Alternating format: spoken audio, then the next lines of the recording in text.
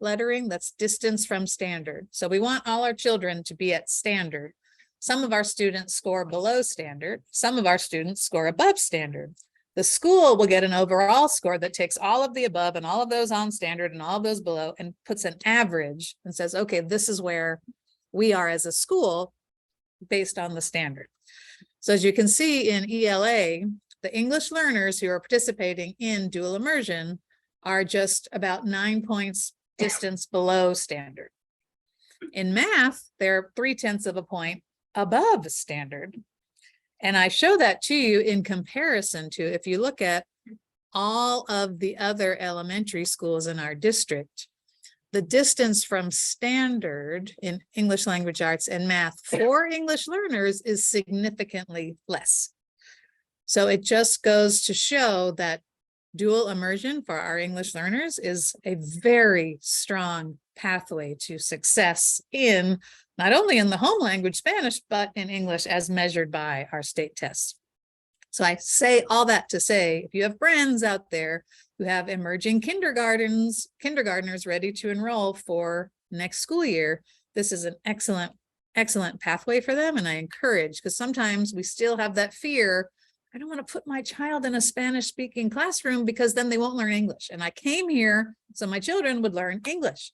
And what I'm showing you here is that actually teaching them in Spanish enables them to outperform children who come in and only learn in English.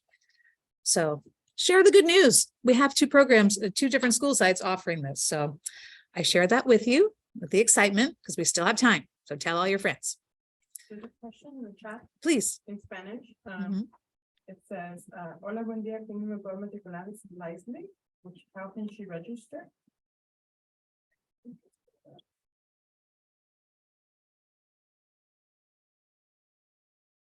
So the question in the chat is, how can she register? It's for Leslie, la señora Leslie. Dice, hola, buen día, ¿cómo me puedo matricular?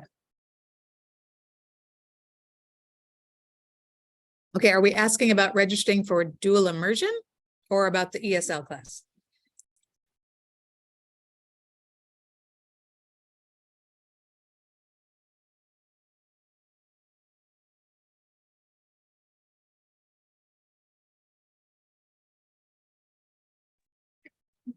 Hola, buen día.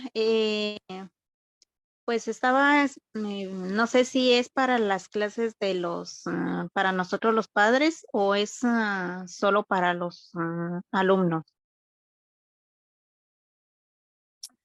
Okay, so I think you're talking about the ESL. ESL is for parents. So this is for parents. Our children get English language development in school every day. This is for you, parents. If you want to learn English, this is for you. And so the registration, our first go at it is tomorrow at El Camino at 9 o'clock. If you have signed up already, you should have received an email and a text. If not, you have this information right here, and your community liaison at your site has all of this information, and I encourage you to contact that person so that she can help you if you need help. Did I answer your question?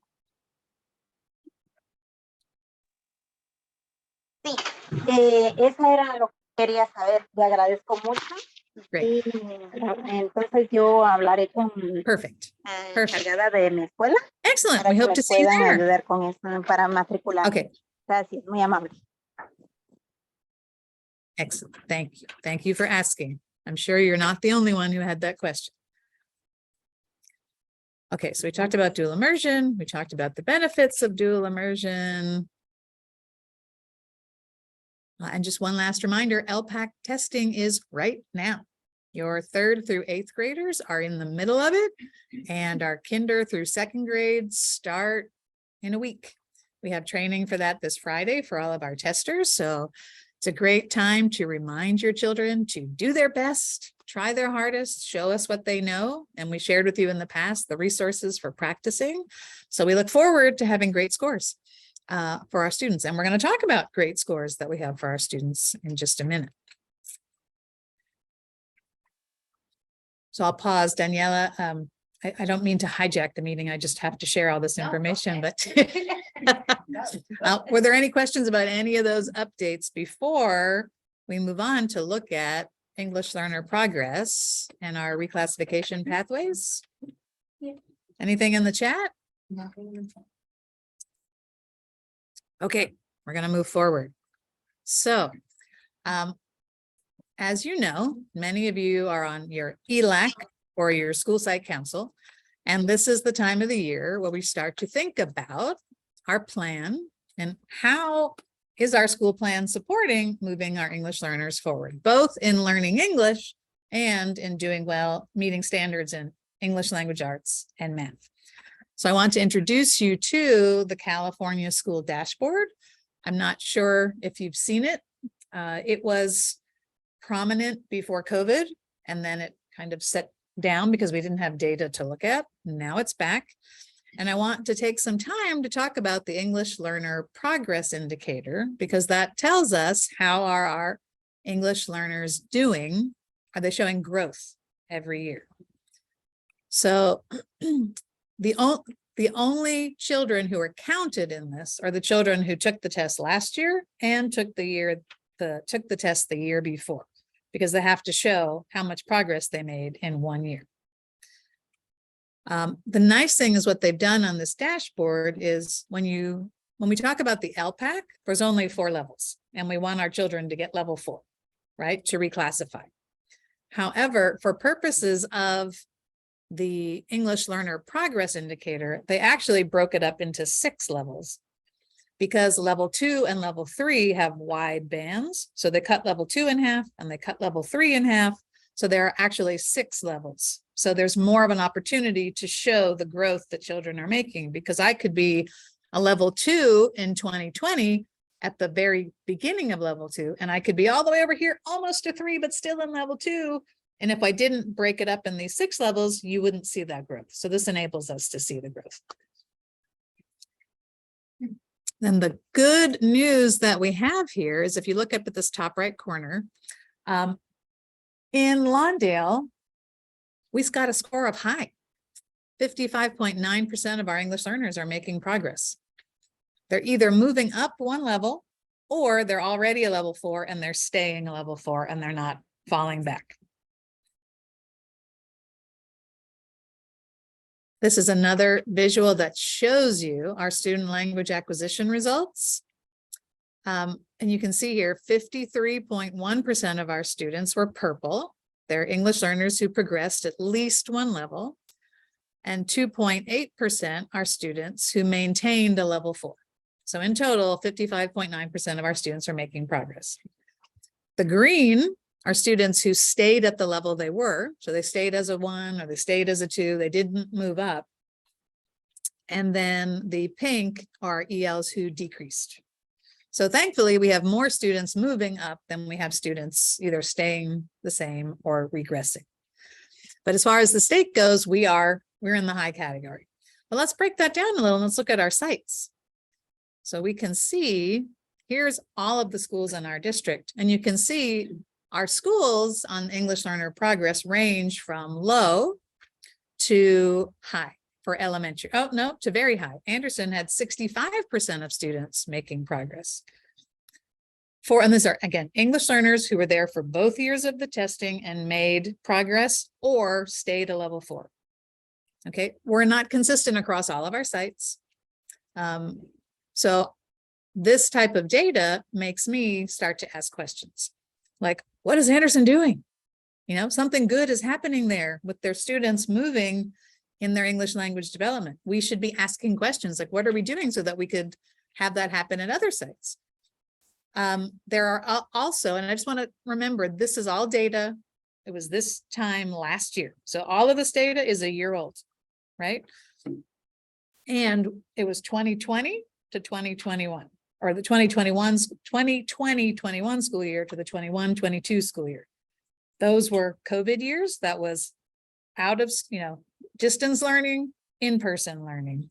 Each school had different cases of impact about, that. So I never put data like this in front of us, just condemn and say, oh my God, why is this school not doing as well as the others? We look at it to say, what kinds of questions does it bring for us? What can we learn from it? What can we use to improve? So, but I wanted to show you, so there are a range, you know, we get the whole district score and then we get our individual site scores. And so these are elementary. Middle school, we had high and very high. Again, very good news. And it makes sense, right? If elementary is building the foundation and moving the kids through as they crest over into middle school, those who didn't reclassify hopefully are when they get to middle school. So you would hope to see very high progress in the middle school. So we're doing that. So good news. And again, what's happening there and what can we replicate if I'm at a site that maybe isn't having as much progress? So questions to consider. So for the most part, our English learner progress indicator, good news for Lawndale. We're making good progress. In academic performance now, that's a different category. Academic performance is our English learners plus our reclassified English learners for 4 years. Okay, so it's the whole continuum of English learners from brand new newcomer to I've already reclassified and I'm working at grade level in English. So if you look at Lawndale overall in English language arts, we're low in ELA, 10.4 points below standard. And all of our subgroups of students are performing low. But I want to, because we are the English Learner Advisory Committee, I want to look at our English learners specifically. So if you look at LESD in this line here, they take the English learner overall and they break it apart to have those who are current English learners separate from our reclassified English learners. And what do you notice about the difference between the scores of our current English learners and our reclassified English learners? What do you notice? Do you see this? Right? Who's outperforming everybody? Who's above standard? Our reclassified students. They're 13.5 points above standard on average. Our English learners are 82 points below standard, right? Now, in many ways that makes sense, right? I'm learning English, and as I reclassify, I'm going to come over and I'm going to exceed standard. So that's not terrible news. It is, however, it reiterates the importance of building so that English learner progress indicator is telling us we're on track to getting the kids over here. But we need to make sure all of the kids are getting over here. And our high score of 55.9% tells us we're getting a little over half moving the way we'd like. We want to see, personally, 100% of our kids making 1 year of progress every year. So there's still work to do, right? We still have work. Again, I put here the individual schools, again, not to compare one against the other, but to show the schools have the same pattern. Reclassified students are outperforming not only the English learners, but they're also outperforming the English only students in some cases. But English learners below, reclassified English learners higher. We go through our schools again. Whoops, I want to mix that up. Again, current English learners are low, reclassified are high. I'm going to fix whatever that is wrong with the Smith one there because it's 49.1 points above standard, but there's a negative sign, or is that just my screen? Oh, that's just a dot on my screen. Good. I was like, well, that doesn't make any sense whatsoever. Okay. And again, Anderson and Green. Again, reclassified students are well outperforming the other groups of students. It just reiterates the importance of reclassification. And I'll share this so that you have it because it's hard to look at this so quickly. But we do see the pattern across all of our schools. There's no one school that's got it all figured out and their English learners are all scoring above standard. That just isn't the case. But we are making progress in that direction. Now, wait a minute, middle school. I'm like, did I repeat myself? No, okay, this is middle school. I thought I was moving to math. Yeah, you see the same pattern in middle school. Now, if we move on to math, you see that it's a not as bright a picture as ELA, and we know that, right? We've seen our data. Math is our area of struggle. We also score low overall, and we score low in all of our student groups. And as you see for LESD, our English learners are significantly lower than our reclassified English learners, who are still below standard in math. So they are doing better, but they're still below standard. So that tells us we have a lot of work to do in math. And we know this, but I'm honing in today on English learners because that's where we want to make sure we're giving our students the support they need. So again, if you look at the schools, you see the same pattern. English learners are struggling. Our reclassified English learners are also below standard, some closer to standard than others, but there's still some work to do. So here we have Smith.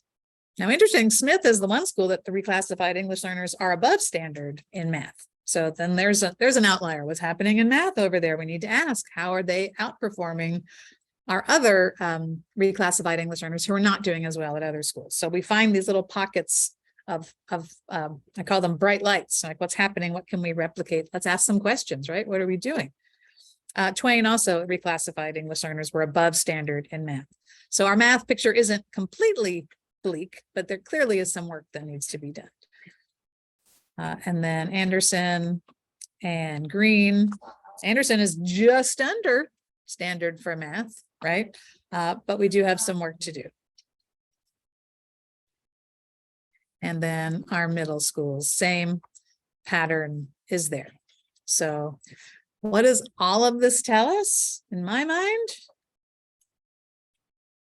we're not proficient in English, we can't do well in language arts and math. So it just reiterates the importance of building English language proficiency for our kids, which means they get English language development every day. It's targeted, the teachers are trained, they know how to use it, we know how to progress monitor it. So our children are proficient. And then when you understand the language of the assessments, you can do well in the assessments, and you understand instruction in math, and you understand instruction in language arts and history and science. Okay, I'll pause. That was a lot. Do we have any questions, any wonderings, any thoughts?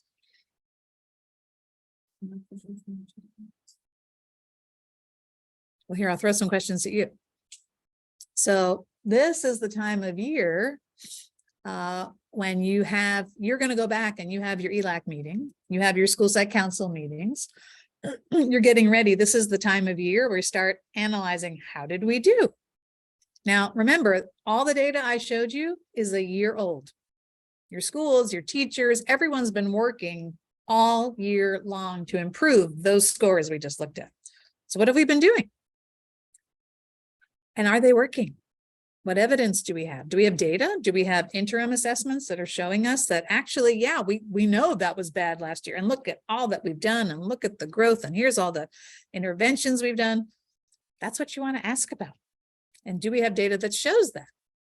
And then could we predict? Do we have a sense of how our kids are doing? Like, am I going to pull this data up next year and you're going to see whoo, enormous growth at your site?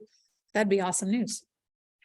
Right? But I don't know that because I don't have the data in front of me. That's what your school site council should be doing, is looking at that data and making some decisions. So I give you this data. I gave this data to the alerts. I'm giving this data to your principals tomorrow. It's all on the dashboard. It's available. You could go in and you could have a field day just looking at everybody's data online. It's out there for everyone. But the purpose of it is to ask questions like, how are we serving our children? Do we need to make some revisions in our plan? And we see that our English language proficiency is moving a lot faster and a lot better than our English language arts and math scores. So what can we take from English language proficiency and use in language arts and math to support our kids moving forward? And a lot of our SPSAs, we spend money on instructional assistants to do intervention. We spend a lot of money on extra hours for teachers and instructional assistants to do intervention outside of school. Is it working? What is it doing for us? Is it helping our kids move? Hopefully you'll be looking at data going, oh yeah, well, all those things that we did, it's making a big difference. I see a question. Sé que esto está en el dashboard, como usted lo mencionó, pero por ejemplo, aparte del SPS, ¿dónde más podemos encontrar esto específicamente del SPS? Por ejemplo, en nuestro SPSA en Anderson. Cuando hablo de nuestro, es nuestra escuela donde está atendiendo mi cliente. Nuestros estadísticas enseñan los mismos números desde el... ¿Dónde más puedo ver yo estas estadísticas?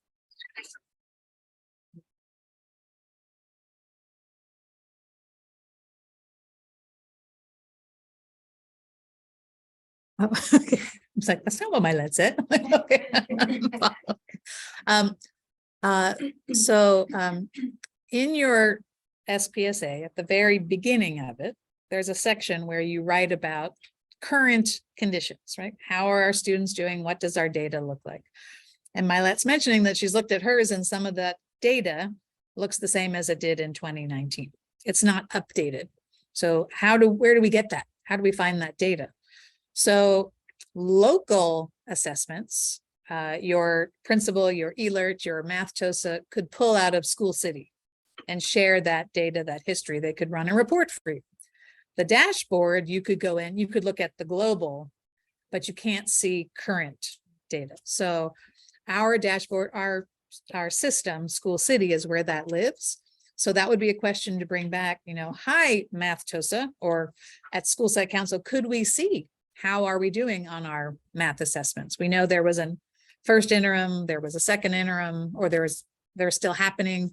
Can we see that data? Can we see it in language arts? Can we talk about we have English language proficiency progress monitoring activities we've been doing with the children. We're not loading them up into a system, but the ELERTs could talk to you about the progress that we're seeing with the children. They're doing LPAC task types, for example, justify your opinion, and they're practicing that over and over, because part of doing well on the test is knowing what the test is going to ask you for, right? Or our older students, they have to listen to an academic presentation and then summarize it. And you can, while listening, take notes. Our kids, the first time they took it, they just listened. And it asked them to summarize it. And they're like, well, I wasn't really paying attention, because you have to know the strategy, right? Because all the pieces of the test are about science, or they're about social studies or history. So there's a lot of facts coming at you. And so in order to summarize, I would have to take notes to remember what happened. Like this was about, the centipede. It has 1,000 legs. It had, so that I could go and then repeat that in summary as part of my test and do well on it. So we have a lot of data at the sites that they could pull for you, but you as a parent could not pull that yourself. You can see statewide, data on the dashboard, but not that. You would need their support with that. But I also encourage you to, on our website, you can pull down your SPSA from this year. You can pull it from last year. You can pull it from the year before, and you can look at it. And if you notice, as Mylette has noticed, that some of the stuff looks like it's kind of stale, the information is not current, that's a good conversation to have at your school site council. Like, can we really dig into this and clean it up for next year? That's great. And have meaningful conversations about what we're doing with this data and how it's helping our students. There's a question on the chat. Uh-huh. Is there intervention for English learners? That's one of the questions. And then the other one is from the same parent. Could there be extra help for fifth graders who are not approaching level 4 on the LPAC, so they can reclassify before moving on to middle school? Mm-hmm. Thank you. Great questions. And these are great questions to ask at your sites. Yes, there are interventions for English language learners. Your site will look at a student and say, like, I am an English learner and I might be struggling in math. So they would look at where's the intervention necessary? Am I struggling in learning English, or am I struggling with math concepts? So they would decide where that intervention might take place. But again, as a parent, if your child is, Mom, they're asking me to come to this after school thing, you'd want to ask a question like, what is it? What's happening? Or if you see your child is not doing well, to go and ask, is there how can I as a parent support? Teacher, can you help me understand what's happening? And then if my child has a hole, let's say, in their understanding, is there an intervention program that I could do? And yes, to your question about our 5th grade students, I oversee the ELERTs, who are English Learner Instructional Resource Teachers, and we are tracking our fifth graders to see how many we have moved into reclassification, how many we think are fours right now and just need a little nudge in the areas that, I'm sorry, we've already entered the LPAC window. So they need to take the LPAC again and score a 4. And that's oftentimes the thing that's holding them back, which is why we introduced the progress monitoring, why we've introduced helping them understand how the test works. Because for a lot of our students, they're showing they're capable in their regular classes, but for some reason on the LPAC, it wasn't translating. So we're really trying to hone in on that, as well as looking at which of our students are would meet the requirements for the alternate reclassification pathway, which we'll talk about in a few minutes. If they're a learning center student or if they're in the special day class, there's an alternate pathway for them because they are taking different assessments, or they might have a disability that prevents them being able to demonstrate English proficiency in, let's say, the section of language arts, but it's their disability that's preventing that, not their comprehension of English. And so we'll take a look at that. I hope that answered your question. But yes, believe me, I have all the fifth graders. I look at them a lot because I really want, our goal is that unless you enter our school as a newcomer in 4th grade, I really don't want to send you into middle school as an English learner. If you come to us in kindergarten, we should be working with you that you are reclassified either before you leave or knowing that language is, it takes students typically 4 to 7 years to master a new language. So the 4-year learners are going to reclassify early, and the 7-year learners might need 6th grade to get there. But about then, that should be it, unless you've entered late. And so that's our goal, is to help our students really progress. So like I said, I'm still hoping for an LP or English learner progress indicator of 100% one day, or at least in the 90s. I'll settle for the 90s, but that's a far cry from 55.9. Are there any other questions, chat or otherwise?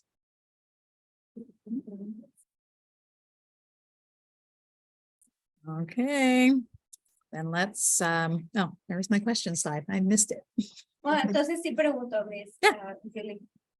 Si el estudiante ya fue reclasificado,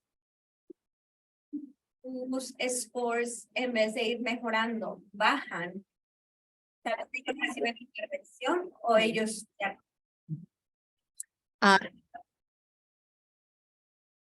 I did. Thank you. The question was, if a reclassified student starts to regress, are they also eligible for intervention? And the answer is yes. That's why we monitor them for 4 years. And particularly what's interesting is to reclassify as an English proficient student, you only have to show proficiency in English language arts.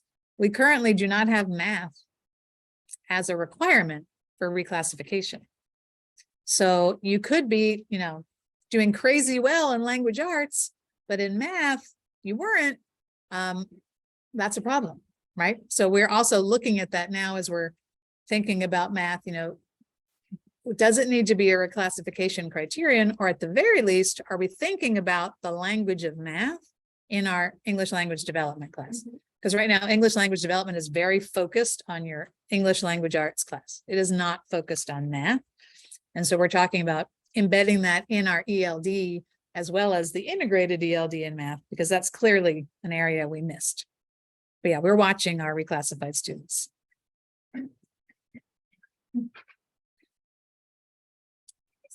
Anybody else? Anybody else? No? Okay.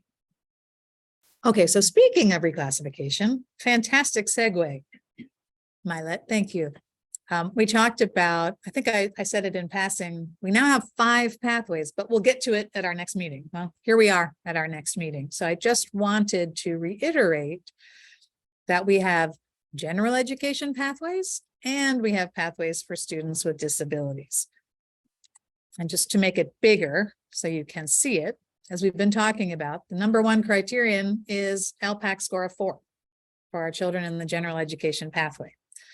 They also have their grade in English language arts that the teacher verifies, parent consultation, which means you as a parent have to be in agreement for them to reclassify, and comparison of basic skills. And as we've talked about, we have different ways of measuring that depending on your grade level.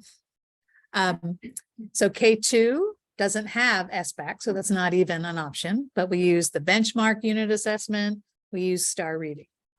3 through 5 can be the benchmark unit assessment or star reading or SBAC scores. And 6 through 8 can be iReady reading, star reading, or the SBAC scores. So we've given children multiple ways to demonstrate that they are working on grade level. The part that we haven't spent a lot of time talking about is the alternate. I'm sorry, when I share my screen, that kind of blocks it for you. But the purple is our learning center programs. So our learning center program might be you have a child who has an IEP and they have a learning disability that's specific to auditory processing, right? So they go to the learning center for some minutes of the day to receive extra help, or they might be in a class where the learning center teacher pushes in to their classroom with their general education teacher and they receive services there. The special day class are your students who are in the autism classes that we have on campus, and I apologize, Sharon, I don't remember the new names of the programs, but it's our Journeys program. Basically our students who are learning an alternate curriculum. So for these students in this mauve color, they don't even take SBAC. They take the alternate SBAC. They don't take the LPAC. They take the alternate LPAC. So they have different criteria. So in this, those who are on the alternate for the special day class, they actually need to score a level 3 on the alternate LPAC. It's a different LPAC than the other students. And the teacher evaluation of student academic performance can be based on assessments from the program that they're using, which is called N2Y. And then for the comparison of performance in state testing or basic skills, they use the California alternate assessment in ELA and math, or the alternate assessment in science. The children in the purple in the Learning Center program, they're taking the regular LPAC. They are taking the SBAC, but they might be having difficulty demonstrating their proficiency in English versus their proficiency in math. So this enables the team at school, so let's say it's the teacher and the Learning Center teacher and the ELERT and the school psychologist and maybe the speech and language therapist, all working together to say, what is this child showing us? And they may be showing that they are working at the same level as their English proficient peers, because it's not language that's the issue, it's something else. And so this gives them a way to demonstrate, I am fluent in English and I have a reading disability, as opposed to I'm never going to be reclassified because I will never hit that target. So we've taken that barrier away so kids can demonstrate English language proficiency. So that gives our children 5 different ways to reclassify it. So we feel like we've given, ample opportunity. Now we just have to make sure we're doing our work to help them progress.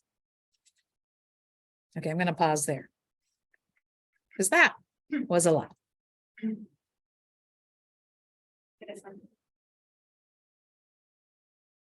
And we can certainly at your site, if you have a child participating in special day class or in the Learning Center, I strongly encourage you to sit down with their case carrier and or your ELERT and talk about, tell me more, like what exactly, when we hold our IEP, you have your IEP every year, let's talk about this. Is my child capable of reclassifying? That's the group that will decide. Okay. Oh, and I put it in the slides in Spanish as well, so I'll share this so you have it. Sorry, Jose, I didn't share this. No, I did share this with you. Hopefully you saw it all. Okay, but again, you're going back to your sites. What do you do with this information? Okay, you go to your ELAC, you go to your school site council, and you ask questions. How many students have we reclassified this year? Do you know? When was your last reclassification ceremony? A lot of you make a big deal of it. You have it out on the playground or in the cafeteria, and the kids get an award and a certificate. That's great. You had them in the fall, most likely, because a lot of that data came in right before summer, or we did it right at the end of the school year, right? Because we were praying that our scores come in before the end of the school year, so we can reclassify our 5th graders, so they go right into 6th grade, or our 8th graders go right into 9th grade, already reclassified. But what are your numbers? How many students are classified on the alternate pathway? These are good questions to ask. Someone already beat me to my question about, how are we supporting our 5th graders or our 8th graders who are about to leave us? How are we making sure that they have a smooth pathway into the next level? We know there are students who did not show growth on LPAC. What are we doing for them? Do we have a plan? Do we know who they are? Can you show me? Do we feel confident they're going to do better this year? They're testing right now. I sure hope so. What are we doing to support our English learners in language arts and math? We just saw the data. We know they're struggling. Even our reclassified students are struggling. What are we doing? Are the things that we listed in our plan working? If so, wonderful. Let's keep doing them. If they're not, we need to make some changes. And again, I just want to reiterate again, the data I shared with you is old. Hopefully, a lot of things have happened since then. Interventions and targeted instruction to help our students improve. And then my final question, which is a sort of a segue, but we're going to CABE next month. You're going to have lots of workshops to check out, to learn from about parent engagement, about all of these things we've been talking about. There might be a workshop on the dashboard if you're really interested in learning more about that, or what districts are doing for their 5th graders to make sure they reclassify, or what does dual immersion look like in other districts? This is our opportunity to go do that. And bring that back. So if you go to CABE, here's the deal. When you come back, you share with us in our April meeting, and you go back and you share with your ELAC, and you share with your school site council and say, here's some things I learned. I'd really love to, share it with you all so we can all get better. Because everything we do is about making things better for the kids, right? So we're partners in this. I want to help. So that's how we do it. So we will not meet as a DELAC in March, except in Long Beach at CABE. And then we'll come back at DELAC and meet here in April to share what we learned. So it's an exciting time. And that's what's coming up. Meetings coming up tomorrow is APAC. That's our African American Parent Advisory Council. Then March 22nd through 24th is CABE. Then we come back, DPAC April 12th and DELAC April 26th. So it's a busy time. But I want to go back here. Questions, wonderings, thoughts now before we go? Or you want to take these questions with you to CABE?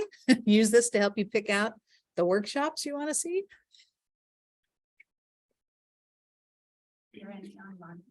I'm sorry? Any questions? I don't know. There was one in Spanish, but there was Eric. He was asking if all the information was going to be given in Spanish, and Teresa is one of them. He guided him where to go to. Okay. Spanish. Great. ¿Han considerado la posibilidad sé que cada escuela tiene workshops, pero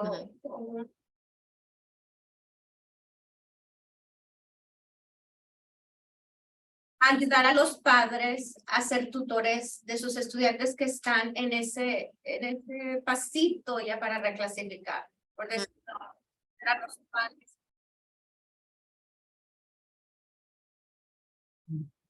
Para los padres de 5º grado, por ejemplo, que ya están casi en el 4 ya para reclasificar, que tengan todos esos padres juntos y decirlo, ¿cómo pueden apoyar a su estudiante a llegar a esa reclasificación antes de que pasen a la middle school?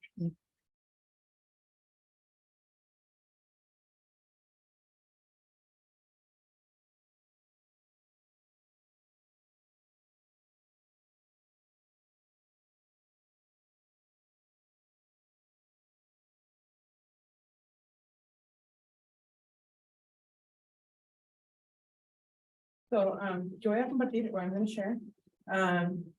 Reach out to your student's teacher.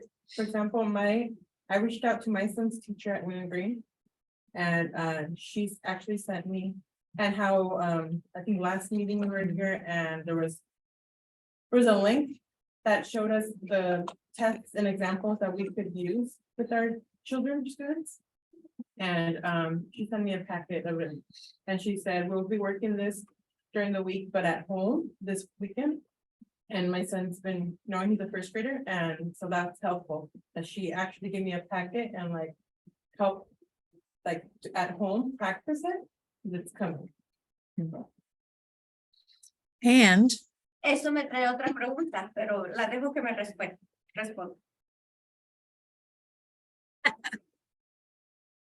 why, thank you. Wow, the light just came on by itself. It's like,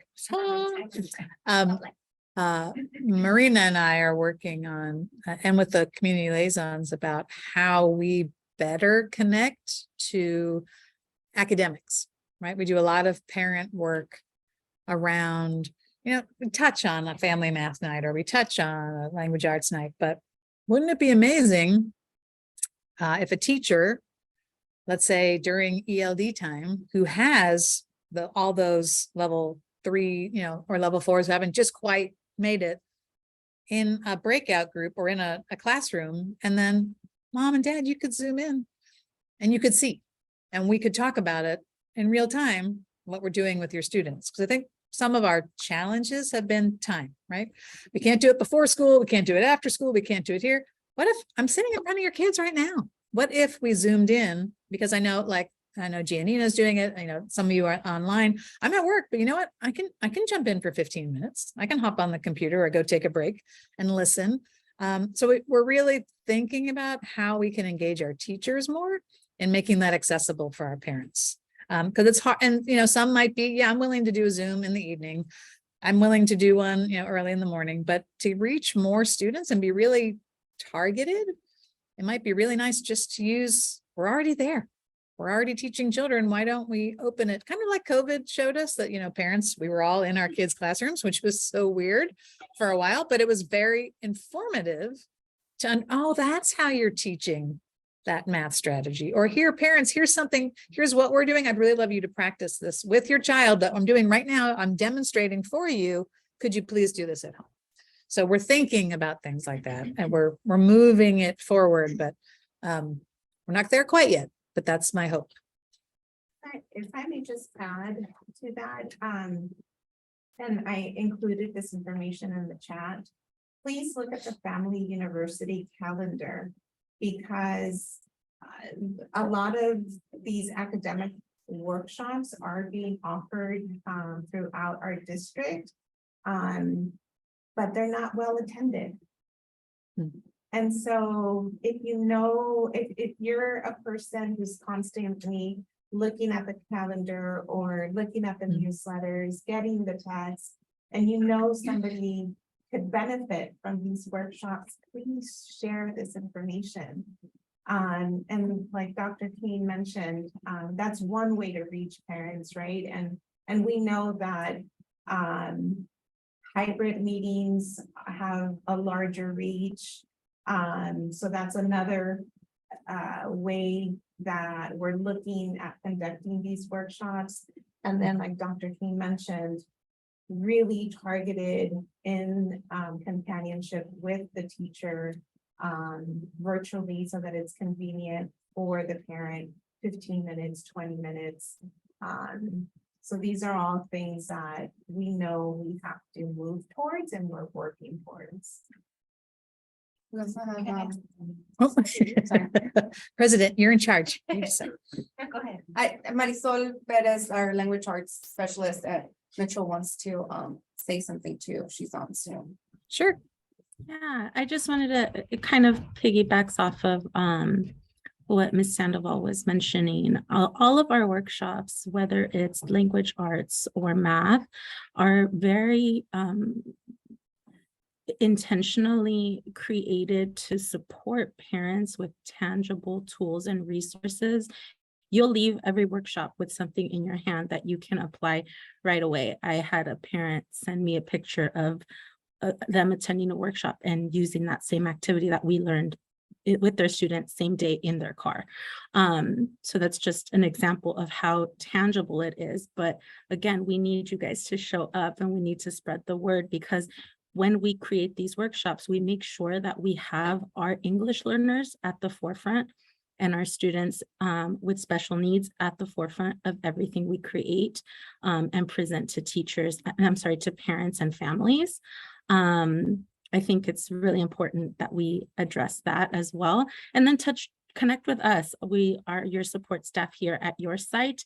I at Mitchell collaborate hand in hand with my Math TOSA and my eLert, and we talk about our students that need supports. We have resources and we try to reach out as best as we can to parents, but parents, if you have a specific need, we are more than happy to guide you with additional resources to get your students to where they need to be.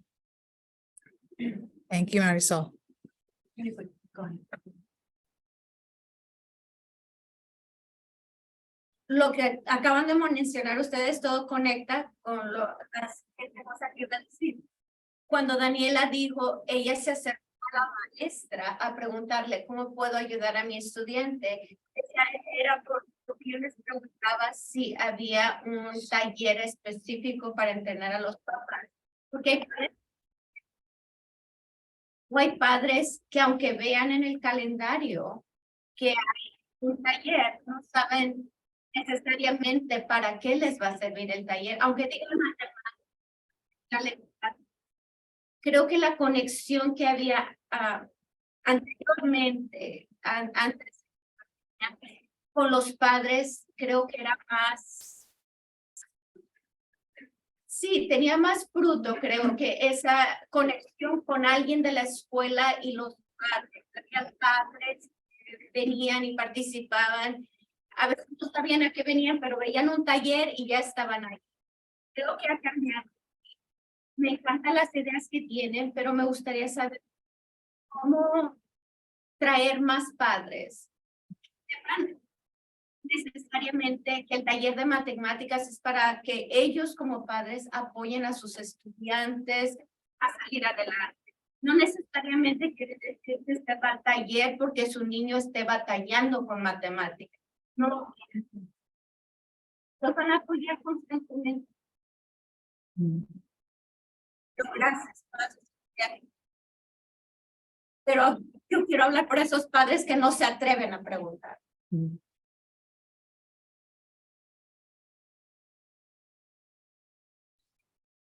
Yeah, because many parents don't check, like, we'll be checking what's next, what's happening, what workshops at this school or that school.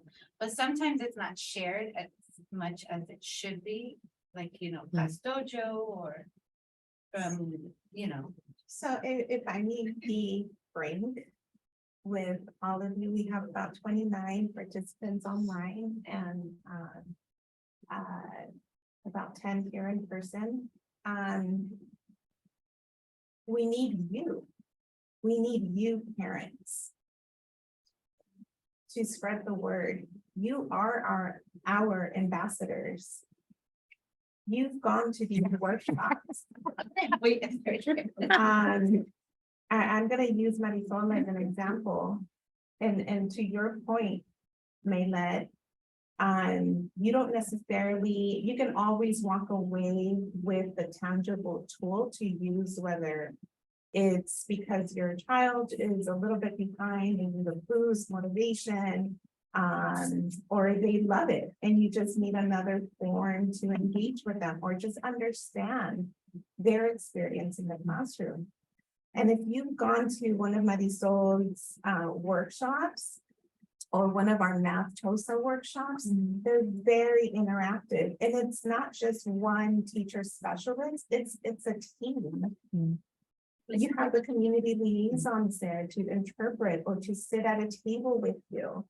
It's a beautiful thing. So we need you.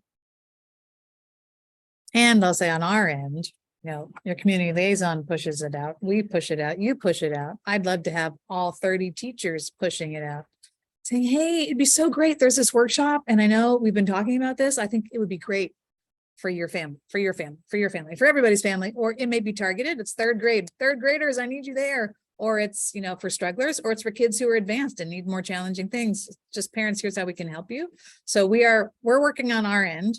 We're trying to build it all, right? Build capacity for parents, build capacity for teachers, build capacity for our kids. So It's all of our jobs. And Marina has called you out, all of you are here, you're on our team. So we need you to help us spread that word, because we want your children to be successful in school and to go home and know that mom and dad are there and they know how to help.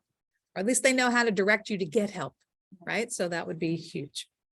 I just want to share Miss Pacino, which is my third grade teacher at Smith. Mhm. She had, well, today was the first workshop Mm. for third graders, Mm. a math workshop. So she's amazing on putting workshops together for parents to get to know what kind of math is being taught in the classroom. Mm. Like my daughter's struggling in math. So she reaches out to me Mm. and tells me, hey, Rebecca's not doing so well in this, or, you know, Mhm. here's a little extra help you could attend. So she Mm. has 3-day workshops for third graders only. Mm. And like you said, the Zoom would be great for her to share well. Some of us are there Mhm. and some can't. So the teachers are important. Yeah. Well, I mean, we're all learning again, how to run a Zoom and an in-person Yeah. meeting and have Jose help us and have the audio up and have, And it's amazing. it's not easy, No. but once you get it, we have, it would be just this nice little group of all staff and 3 wonderful parents. But now we have 29, we had as high as like 32 people in this meeting because we were able to offer it to however parents can engage. So it matters. So we're trying to make that better. And speaking of which, I noticed our numbers are dropping because we're over time. We're past 10 o'clock. So Daniela, do you want to sign us off? Thank you for being here. Gracias por estar aquí en Zoom. Y nos vemos en abril. Mhm. All right. Thank you so much for coming. Yeah. And thank you, Jose, for your help. We appreciate you. Have a wonderful day, everybody. Stay warm and dry. Hold on to a tree. Right.